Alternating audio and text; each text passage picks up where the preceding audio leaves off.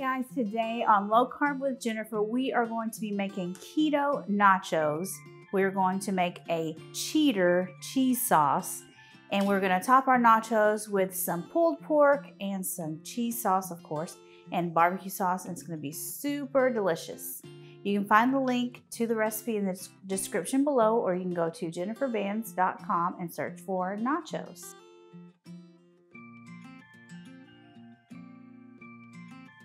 So our nachos, of course, we're not going to use chips because that's not keto.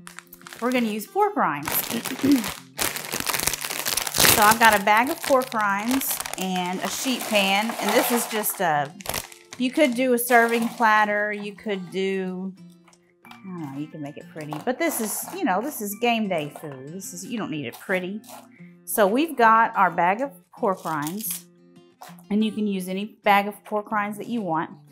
And I'm just kind of, you know how pork rinds are curvy, just kind of turning them all, not all up, because not all of them will turn up, to like a cup, so we can get as much of the yummy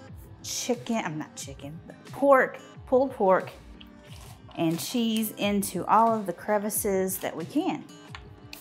That looks good. So for our cheater cheese sauce, I've got a mixture of Monterey Jack and cheddar cheese, and I'm going to add in, this is going to be a nacho cheese sauce. So to make it nacho cheese sauce, we need to add in some chili powder, some ground cumin, and some salt. And to bring it all together, we're going to add in some half and half and some cream cheese.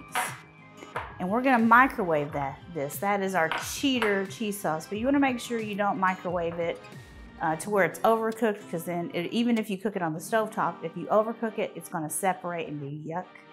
So we want to just cook it for like a minute at a time or 30 seconds at a time until it is just melted. And then when you mix it, the cheese will melt even further, and then it'll be a perfect smooth cheese sauce. Okay, we've got our cheater nacho cheese here, and you can see it's perfectly pourable, and it is super yummy. So first we're going to put, this is our pulled pork. So this is a pulled pork butt pork shoulder, whatever, that we smoked on the grill. And this is the leftover, so you just take your leftover and you just put it on top of your chips, your pork rinds, and get them all in there. You get lots of loaded nachos. This is so perfect for a party, or if you have leftover pulled pork that you need to use up. Oh man, this is going to be so good.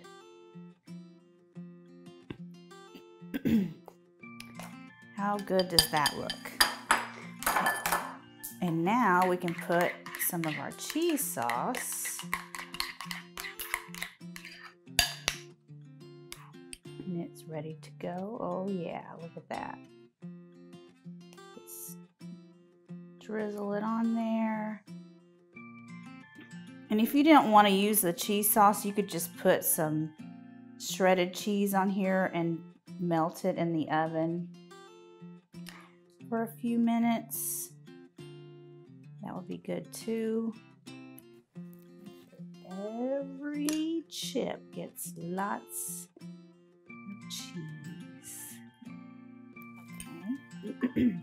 And I like to have barbecue sauce on my pulled pork nachos.